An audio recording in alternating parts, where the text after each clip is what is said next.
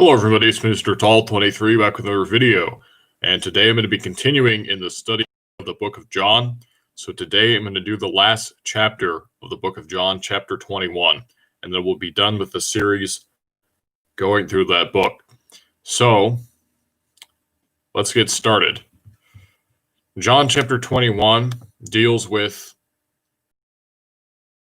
an appearance of Jesus Christ after his resurrection, which was recorded in chapter 20. So it says in John chapter 21 verse 1, after these things Jesus showed him disciples at the Sea of Tiberias, and on this wise showed he himself.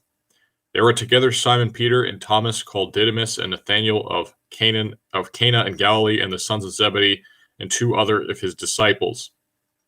I'm going to stop there and I'm going to talk about verse 1 real quick, but it says, after these things. Now, it doesn't indicate how much time exactly has passed between the second appearance of Christ, which we saw at the end of John chapter 20, and his third appearance, which is in this chapter, as we see down in verse 14. But it's probably at least a few days later, since it is written that Christ met them at the Sea of Tiberias, which is in Galilee. However, even though this is in Galilee, this is not the appearance recorded in Matthew 28, verse 16, where it is written, then the 11 disciples went away into Galilee. Now, according to verse 2, only 7 disciples are gathered together at the Sea of Tiberias. However, it is possible that the appearance in Matthew chapter 28 only takes place shortly after, and that the other 4 disciples were in a place nearby, in one of the towns nearby, and were sent unto that mountain where Jesus had appointed them, that it talks about in Matthew 28, verse 16.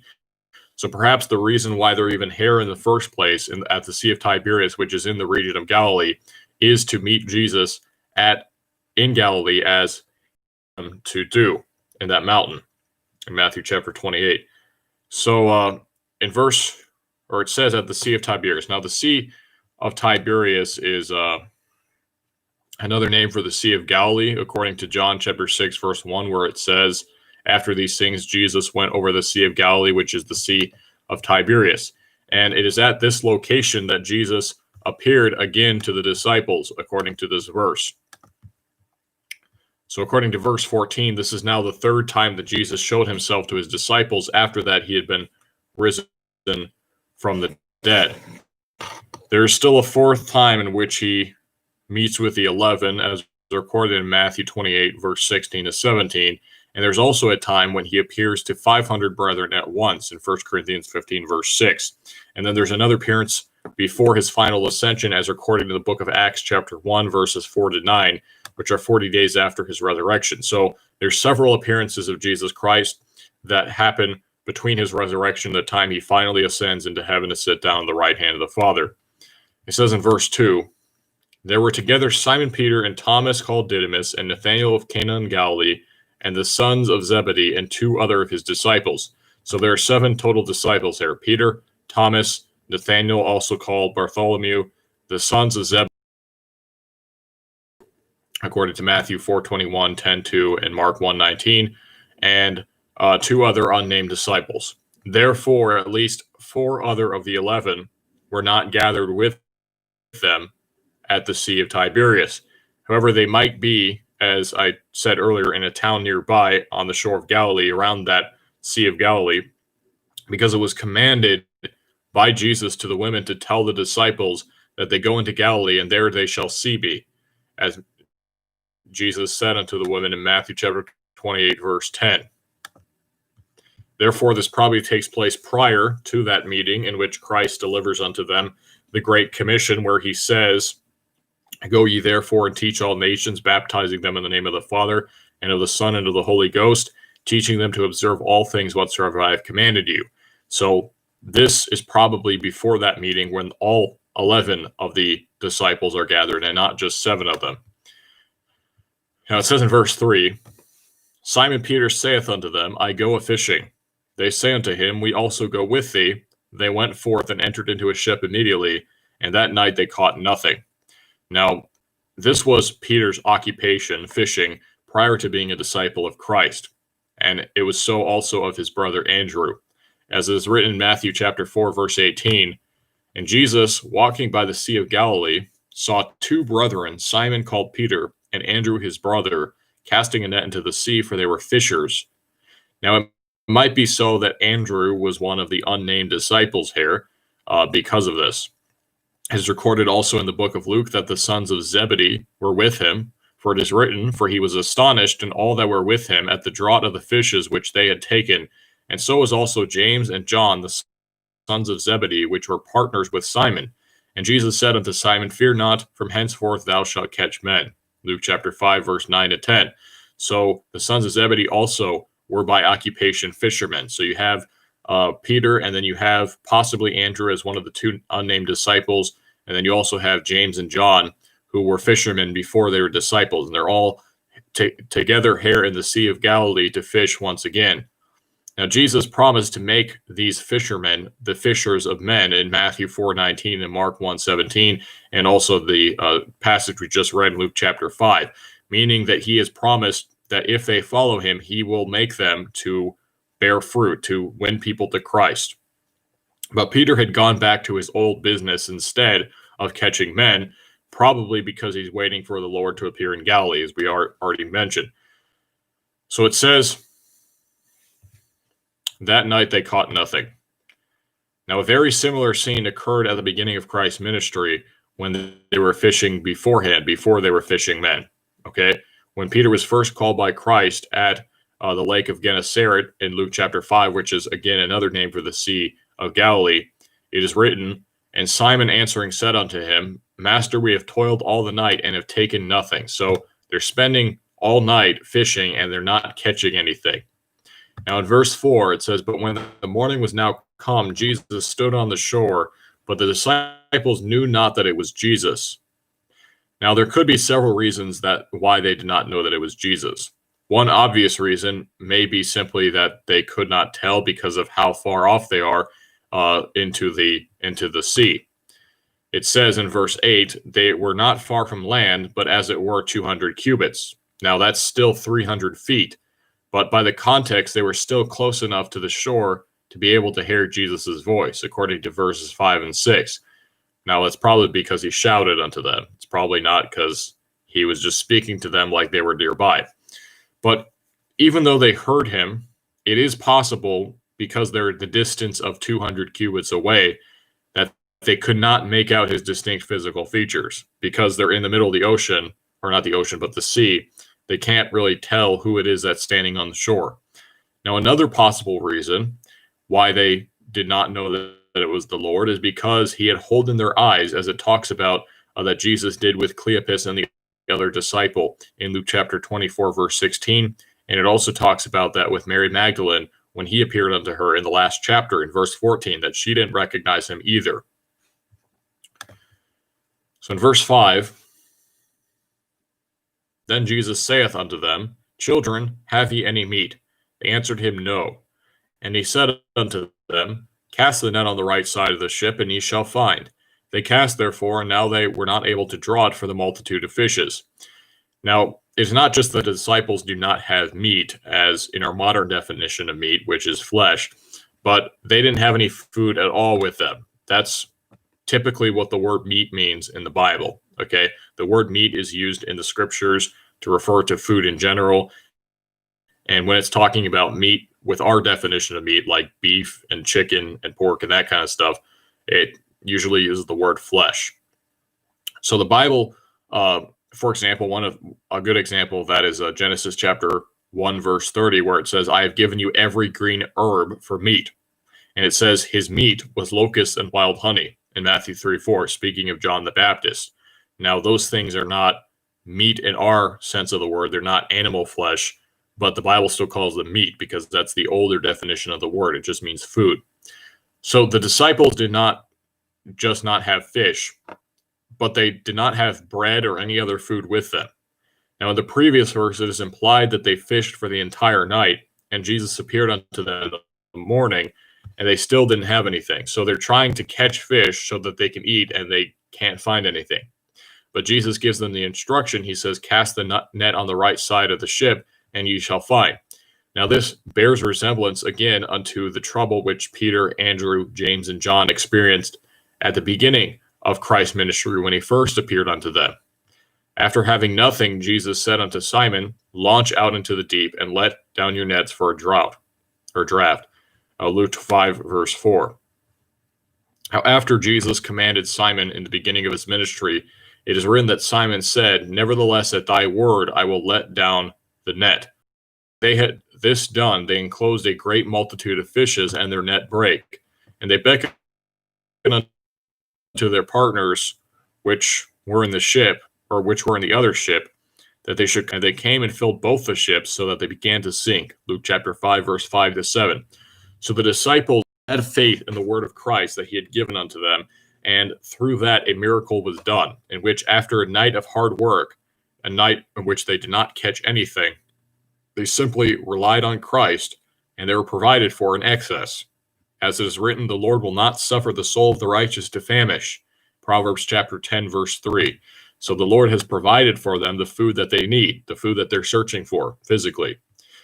So basically, the same thing happens in this story in John chapter 21 as happened at the beginning when Peter and Andrew and James and John had first met Jesus, that they brought up this multitude of fishes. It says they were not able to draw it for the multitude of fishes in verse 6 here. In verse 7, it says, therefore that disciple whom Jesus loved saith unto Peter, it is the Lord. Now when Simon Peter heard that it was the Lord, he girt his fisher's coat unto him, for he was... Now, chapter 5, verse 8. Now Peter, it is written, cast himself into the sea. So he goes to swim to shore once he sees that Jesus is on the shore. Now it says he girt his fisher's coat unto him. Girt means to wrap or enclose like with a belt.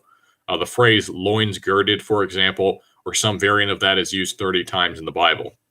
And it says that he was naked. Now, the definition of naked in the Bible is not necessarily our definition, where we would say completely bare, like without any clothing at all, with absolutely no clothes. That's usually what people will say nakedness is. But it is written in a command unto the sons of Aaron in Exodus chapter 28. It says, and thou shalt make them linen breeches to cover their nakedness, from the loins even unto the thighs they shall reach. So here, bare loins and thighs are considered part of a man's nakedness, according to the scriptures. Further proof of this can be found in the book of Isaiah, chapter 47, verse 2 to 3, where it says, take the millstones and grind meal, uncover thy locks, make bare the leg, uncover the thigh, pass over the rivers, thy nakedness shall be uncovered. So here again, a bare leg and thigh is defined as nakedness. Okay, so it's reasonable to conclude that Peter was not entirely naked. I mean, there's no reason for him to be. Why would he do that? That doesn't make any sense, you know? But he had a garment covering his waist, obviously, but he just didn't have his coat on him. That's what it means by he was naked. So he puts on the coat and he girds it about, he puts a belt around it, and then he jumps into the ocean, or not into the ocean, the sea. I don't know why I keep saying ocean, but he jumps into the sea to swim toward shore. And it says in verse 8, and the other disciples came in a little ship, for they were not far from land, but as it were 200 cubits, dragging the net with fishes. Now, this ship that they had was large enough to carry several people, or 7 people, I mean, and their equipment, but perhaps due to the multitude of fishes which they drew up, according to verse 6, Peter had of necessity to cast himself into the sea so that the ship didn't sink. Now, in the first instance of taking up a multitude of fishes, it is written, and they came and filled both the ships so that they began to sink. Luke 5, verse 7. In the previous story, it is not stated how many fish there were, but that it was so much that it filled 2 whole ships. Now, Peter, probably remembering the event, cast himself out of the ship, since it was small and already loaded with seven people, so that it would not sink, just like it was about to last time. Now, it says they were not far from land, but as it were 200 cubits.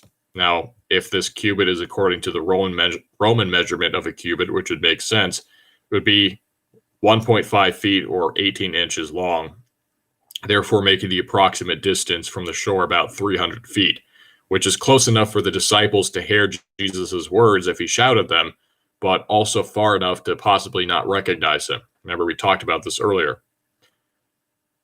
Now, because they were not fishing far out in the lake, the length of the Sea of Tiberias is approximately 13 miles, and width is about 8 miles. It was not necessary for them to use a large ship, and it was possible for Peter to swim back to shore without much trouble. Okay? Now, in verse 9, it says, where's verse 9? There it is. As soon then as they were come to land, they saw a fire of coals there, and fish laid thereon, and bread. Jesus saith unto them, bring of the fish which ye have now caught. So Jesus already had food with him, prepared for the disciples to eat. Where Jesus got this bread and fish from is unclear, although, of course, we know that he has no problem creating it from scratch. He's the creator. We saw that already in the miracle of the feeding of the 5,000 and feeding of the 4,000. Just over a year before, at the same Sea of Tiberias, with 5 barley loaves and 2 small fishes, he fed 5,000, according to John chapter 6, verse 9 to 10. And he took up 12 baskets with the fragments of the barley loaves, which remained over and above unto them that had eaten. It says in John chapter 6, verse 13. So he has food prepared for the disciples who are hungry. They haven't eaten all night because they haven't found any fish. And he says unto them, bring of the fish which ye have now caught. Now, without Jesus' guidance and command to cast it into the sea, they would have not caught the fish. He's the one who told them, after a whole night of catching nothing, cast the net on the right side of the ship, and ye shall find, in verse 6. And because they trusted his word of what he said, they caught a multitude of fishes. As Jesus said, without me, you can do nothing. And that applies in pretty much any context, including here. The context of Jesus' statement in John chapter 15 is bearing fruit unto God and being a disciple of Christ. Without Jesus, it is impossible to win somebody to the Lord and to bear fruit. Now, Jesus before, as I talked about earlier, I compared fishing to soul winning. When he first called Peter, Andrew, and the sons of thunder unto discipleship, he said unto them, follow me, and I will make you fishers of men. Matthew 4, verse 19.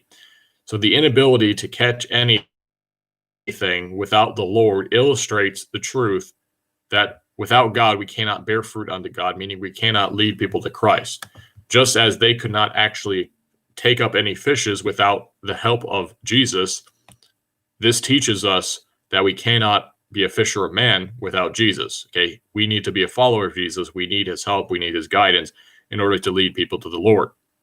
So it says in verse 11, Simon Peter went up and drew the net to land full of great fishes, 153. And for all there were so many, yet was not the net broken. Now the story in Luke 5 does not recount how many fishes there were. It is estimated that there are 19 types of fishes in the Sea of Galilee. I did a little bit of research on that. The ones which are most important and are commonly caught by fishermen were tilapia, sardine, carps, and catfish. It's not told which type of fish these disciples had caught, but the Galilean tilapia is usually used for food. That's even called St. Peter's fish by the locals due to the likelihood of being the type of fish in the stories of Peter's fishing activities. Now, just 1 or 2 fish was probably enough to feed a man. I mean, I think anybody understands that if you've ever eaten fish before. So 153 was definitely in excess. It was plenty, okay? They could eat for days, weeks, months, I don't know. So in verse 12, Jesus saith unto them, come and dine. And none of the disciples durst ask him, who art thou? Knowing that it was the Lord. So the first time, what? Why does it keep changing? It's doing that thing again. Okay, so it was clear to them, although they did not initially, hold on. So it was clear to them, although they did not initially know, as it is written in verse 4. However, as soon as he told them to cast the net, and they drew up the multitude of fishes, John said, it is the Lord, in verse 7. Now, this demonstration of a further miracle of Jesus Christ is probably reckoned among the many infallible proofs mentioned in Acts chapter 1, verse 3.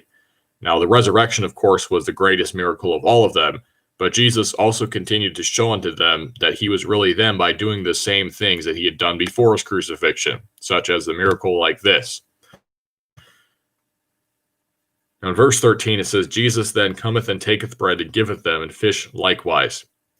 Here Jesus not only gives bread and fish unto the disciples, but he eats it himself, as he had done before when meeting with the disciples at the first. As is written in Luke 24, verse 41 to 43, and while they yet believed not for joy and wonder, he said unto them, Have ye here any meat? And they gave him a piece of broiled fish and of an honeycomb, and he took it and did eat before them. Now, the obvious importance of this is the proof unto the disciples that he really was there, that they were not hallucinating or imagining him, but that truly he was there in body consuming the fish. Now, I'm going to stop at verse 14. I know it's a little bit shorter today, but just to kind of save my voice and everything, the chapter is really short. There's only like 11 verses after this, so I'll just finish it tomorrow or Sunday. But I'll just cut it off at verse 14 now. It says, "Now this is now the third time that Jesus showed himself to the disciples after that he was arisen from the dead." The first time would be the first day of the week after that Sabbath, when the women had come to the tomb, at the evening of the Sunday that Jesus rose from the dead, in Luke chapter 24, verse 33 to 36, and John chapter 20, verse 19. The second time that Jesus appeared unto them was 8 days later, when Thomas had arrived, according to John 20, verse 26. And so now this is the third time that he's appearing to the disciples, and it's an unrecorded number of days later, but it's less than 40. It is written, the 11 disciples went away into Galilee, into a mountain where Jesus had appointed them. And when they saw him, they worshipped him, and some doubted. Matthew 28, verse 16 to 17. Now, no verse directly tells us when Christ revealed the disciples that he would go to this certain mountain, but because 7 of the 11 disciples already meet with Jesus here in John 21, we can possibly assume that this story where they meet him on the shore of the Sea of Tiberias is when he tells them. Because they're already in Galilee, they're there for a reason, and that reason is so that they can go to meet Jesus, as he had promised that he would meet them there. Okay? So Jesus appears a 5th recorded time after he appears in that mountain to all 11 of the disciples. Now, there may have been other times, but at least the 5th time, 40 days after his resurrection, when he was taken up and a cloud received him out of their sight, in Acts chapter 1, verse 9. This time it was in Jerusalem at the Mount of Olives, according to Acts chapter 1, verse 4 and verse 12. So that's it for today. I'm going to stop right now. So thank you everybody for watching. That's it. I'm going to do one more video, and then we'll be done with the book of John. 11 more verses. So thank you everybody for watching. God bless you, and goodbye.